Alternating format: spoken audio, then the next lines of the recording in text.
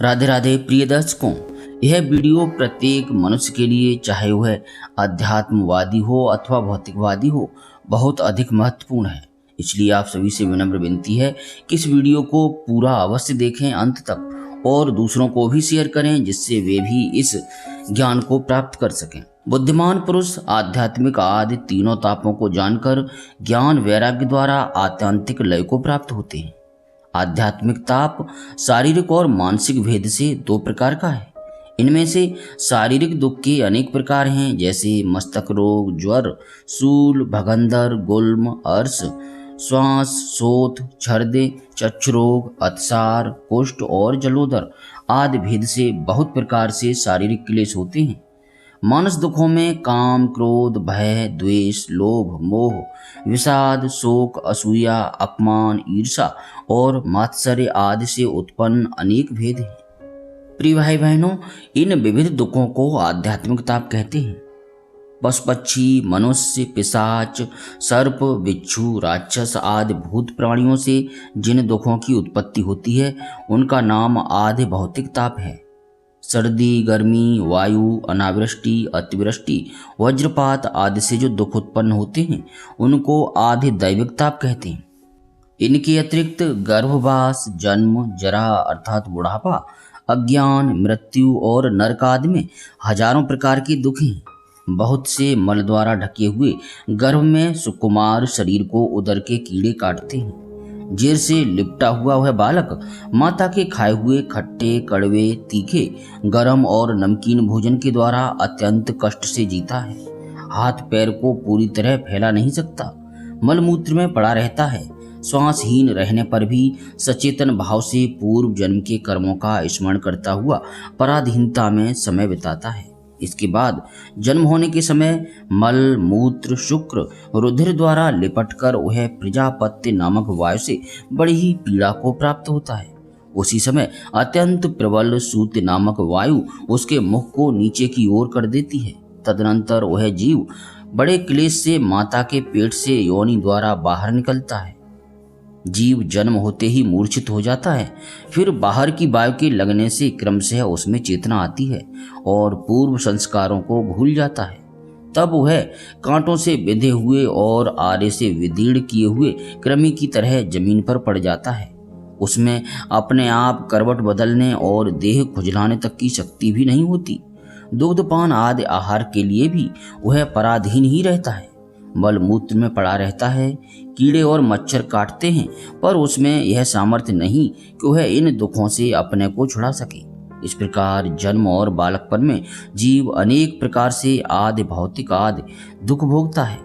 अज्ञान अंधकार से आच्छादित विमूढ़ अंतःकरण का वह मनुष्य मैं कहाँ से आया हूँ, कौन हूँ, कहाँ जाऊँगा और मेरा क्या स्वरूप है आदि कुछ भी नहीं जानता।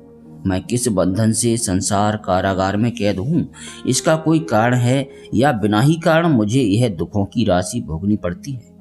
मुझे क्या करना और क्या नहीं करना चाहिए, क्या बोलना और क्या नहीं बोलना चाहिए, क्या धर्म है और क्या अधर्म है, किस तरह कौन सा पथ अवलंबन करना चाहिए और किस कार्य में क्या दोष तथा क्या गुण हैं। ऐसी अनेक चिंताओं से ग्रस्त वे शिष्णोदर भोग परायण पशु सदृश मूढ़ मनुष्य अज्ञानवश नाना प्रकार के भोग भोगते रहते हैं। प्रिय भाई बहनों, अज्ञान तमोगुण का स्वभाव है।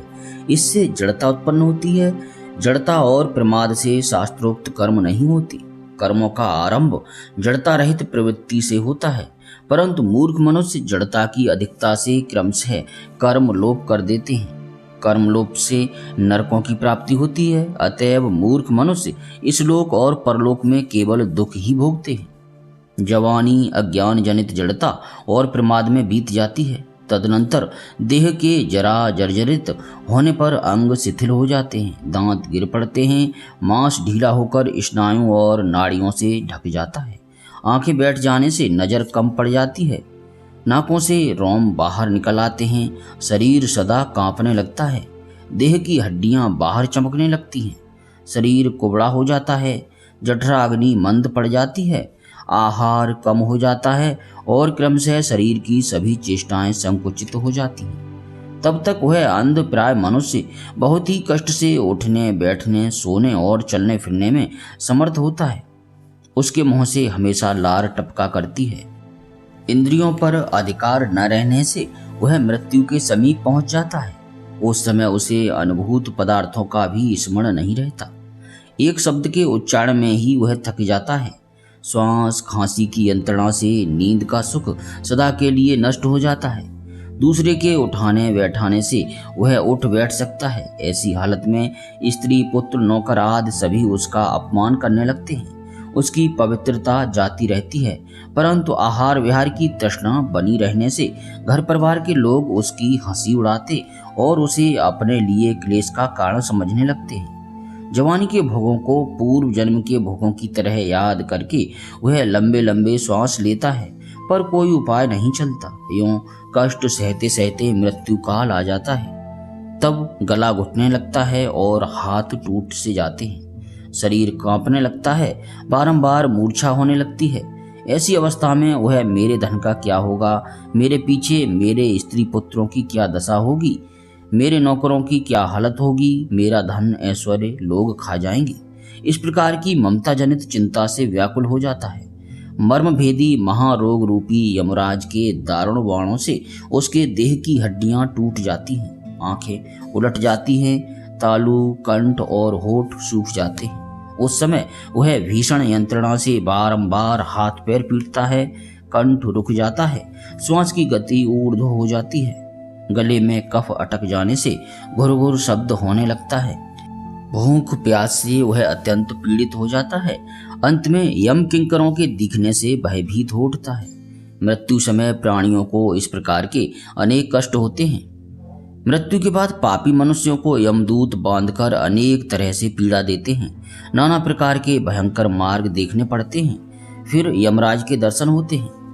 गरम बालू, अग्नि, यंत्र और शस्त्र आदि के द्वारा नरकों की भयानक यातना भोगनी पड़ती है। यमदूत करौत से काटते हैं, जलते हुए कड़ाहे में डाल देते हैं, कुठार से आघात करते हैं, जमीन में गाड़ देते हैं, सूली पर चढ़ा देते हैं, बाघ के मुख में रख देते हैं, डाल देते हैं, गृध्रों से शरीर नुचवाते हैं, हाथियों के पैरों तले रुंधवाते हैं, उबलते हुए तेल में डाल देते हैं, छार और कादे से लिपेट देते हैं, ऊपर से नीचे डालते हैं और फेंकने के यंत्र द्वारा दूर फेंक देते हैं। इस प्रकार नारकी जीवों को नरकों में नाना प्रकार से इतनी यातना दी जाती हैं कि उनकी कोई गिनती नहीं हो सकती। केवल नरकों में ही दुख हैं ऐसी बात नहीं है। स्वर्गवासी पुण्य आत्मा पुरुष भी पतन के भय से सदा दुखी रहते हैं। इस प्रकार कर्म फल भोगने पर जीव फिर गर्भ में आकर जन्म ग्रहण करता है तथा पुनः उसी तरह मृत्यु को प्राप्त हो जाता है। कोई जन्मते ही, कोई लड़कपन में, कोई जवानी में, कोई प्रौढ़ अवस्था में और कोई वृद्ध होकर मृत्यु के मुख में चला जाता है। जैसे कपास का बीज कपास से व्याप्त रहता है, इसी प्रकार यह जीव भी जीवन भर नाना प्रकार के दुखों से व्याप्त रहता है। अर्थ के उपार्जन, पालन और नाश में तथा प्रियजनों की विपत्ति में मनुष्य को नाना प्रकार से कष्ट सहन करने पड़ते हैं। जो सब पदार्थ मनुष्य को पहले प्रीतिकर मालूम होते हैं, वे ही परिणाम में दुख के कारण बन जाते हैं। स्त्री, स्वामी, भृत्य, घर, धन, परिवार और जमीन आदि द्वारा मनुष्य को जितना क्लेश होता है, सुख उसकी अपेक्षा बहुत ही थोड़ा हुआ करता है। इन सब दुख रूप सूर्य के ताप से तपित चित्त मनुष्यों को मुक्ति रूपी वृक्ष की शीतल छाया को छोड़कर अन्यत्र कहीं भी सुख नहीं मिल सकता। गर्भ, जन्म, जरा आदि से उत्पन्न इन त्रिविध दुखों की एकमात्र परम औषध भगवत प्राप्ति ही है। भैषज्यम भगवत प्राप्ति है। अतएव बुद्धिमान पुरुषों को उस भगवत प्राप्ति के लिए ही प्रयत्न करना चाहिए। भगवत प्राप्ति में कर्म और ज्ञान दोनों ही हेतु हैं। ज्ञान दो प्रकार का है, एक आगम शास्त्र से उत्पन्न और दूसरा विवेक से उत्पन्न। प्रिय भाई बहनों, बहुत ही महत्वपूर्ण विषय है, सूक्ष्मता से समझिएगा। ज्ञान दो प्रकार का बताया गया है, एक तो जो शास्त्रों के पढ़ने से उत्पन्न होता है और दूसरा जो विवेक से होता है। समझिएगा, इनमें आगम से उत्पन्न ज्ञान से शब्द ब्रह्म और विवेक से उत्पन्न ज्ञान द्वारा पर ब्रह्म जानने में आता है।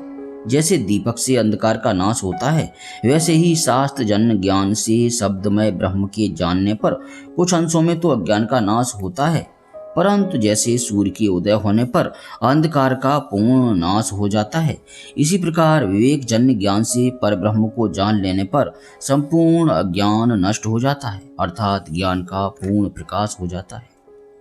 ब्रह्म दो प्रकार का है, प्रथम शब्दमय और दूसरा परम। शब्द ब्रह्म का ज्ञान हो जाने के बाद परब्रह्म का होता है। विद्या भी कर्म और ज्ञान रूप से दो प्रकार की है। प्रिय भाई बहनों, पराविद्या द्वारा अक्षर ब्रह्म की प्राप्ति होती है। ऋग्वेद आदिमयी जो विद्या है वही पराविद्या है। अव्यक्त, अजर, अचिंत्य, नित्य, अव्यय, अनिर्देश्य, अरूप, हस्तपाद आदि रहित, विभु, सर्वगत, भूत समूहों का बीज रूप होने पर भी अकारण तथा व्याप्य और व्यापक सभी रूपों में मुनिगण ज्ञान चक्षु से जिसका दर्शन करते हैं वही परब्रह्म है। मोक्ष की इच्छा वाले पुरुष उसी का ध्यान करते हैं। उसी को वेदों ने अत्यंत सूक्ष्म और विष्णु का परम पद बतलाया है। परमात्मा की इसी मूर्ति को भगवान कहते हैं। भगवान शब्द इस आदि और अक्षर परमात्मा का ही वाचक है। इसी प्रकार से मुनियों को जो तत्व ज्ञान होता है वही परम और वेदमय है। वह परब्रह्म शब्द से अगोचर होने पर भी उसकी पूजा के लिए भगवत शब्द द्वारा उसका कीर्तन किया जाता है। विशुद्ध और समस्त कारणों के कारण महाविभूतिशाली उस परब्रह्म में ही भगवत शब्द का प्रयोग होता है। भगवत शब्द में भ के दो अर्थ हैं, सबका भरण करने वाला और सबका आधार। ग का अर्थ गमयता और सृष्टा, दोनों अक्षर मिलने से भग बनता है। संपूर्ण ऐश्वर्य, धर्म, यश, श्री, ज्ञान और वैराग्य को भग कहते हैं। वह अक्षर का अर्थ यह है कि अखिल जगत के आत्मभूत इस परमात्मा में ही सब भूत प्राणी निवास करते हैं। इस प्रकार के अर्थ वाला यह महान भगवत शब्द परब्रह्म स्वरूप वासुदेव के सिवा अन्य किसी के लिए प्रयुक्त नहीं हो सकता। उस परब्रह्म से ही इस भगवत शब्द की सार्थकता है। वह समस्त भूतों की उत्पत्ति, प्रलय, अगति, गति और विद्या अविद्या को जानता है। इसी से उसे भगवान कहते हैं। ज्ञान, शक्ति, बल, ऐश्वर्य, वीर और तेज आदि षड्गुण भगवत शब्द द्वारा ही वाच्य हैं। वह परमात्मा सब भूतों में निवास करता है और सबके आत्म स्वरूप उस वासुदेव में ही सब भूत निवास करते हैं। प्राचीन काल में खांडिक्य के द्वारा पूछे जाने पर केशीध्वज ने वासुदेव नाम का यथार्थ अर्थ यही बतलाया था कि समस्त भूत प्राणी उसमें निवास करते हैं और वही समस्त भूतों में जगत के दाता विधाता रूप से विराजमान है। इसीलिए उस प्रभु का नाम वासुदेव है। वह परमात्मा स्वयं संपूर्ण आवरणों से मुक्त रहकर अखिल विश्व के आत्म रूप से सब भूतों की प्रकृति, विकार, गुण और दोष आदि त्रिभुवन में जो कुछ भी है सब में व्याप्त हो रहा है। समस्त कल्याण गुण स्वरूप वह परमात्मा अपनी शक्ति के कण मात्र से संपूर्ण भूत प्राणियों को आवृत कर अपनी इच्छा से अनेक प्रकार के रूप धारण करके जगत का अनंत कल्याण कर रहा है। जो तेज, बल, ऐश्वर्य तथा महाबोध स्वरूप है, अपने वीर और शक्ति का एकमात्र आधार है, परात्पर है, जिसमें क्लेश का लेश भी नहीं है, वही ईश्वर व्यष्टि और समष्टि रूप है।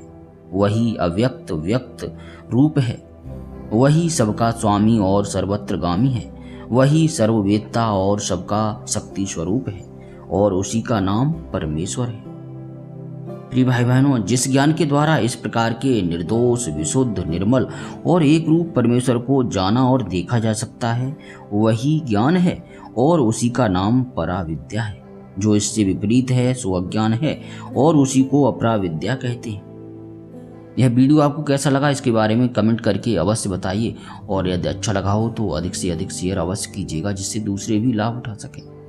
किसी प्रकार की त्रुटि के लिए क्षमा चाहते हुए अब आपसे विनम्र विनती है कि अपने हृदय मंदिर में भगवान के गदा, शंख, चक्र और पदधारी शांत चतुर्भुज स्वरूप का स्मरण करते हुए प्रेम से बोलिए हरे कृष्ण कृष्ण कृष्ण हरे हरे, हरे राम राम राम हरे हरे।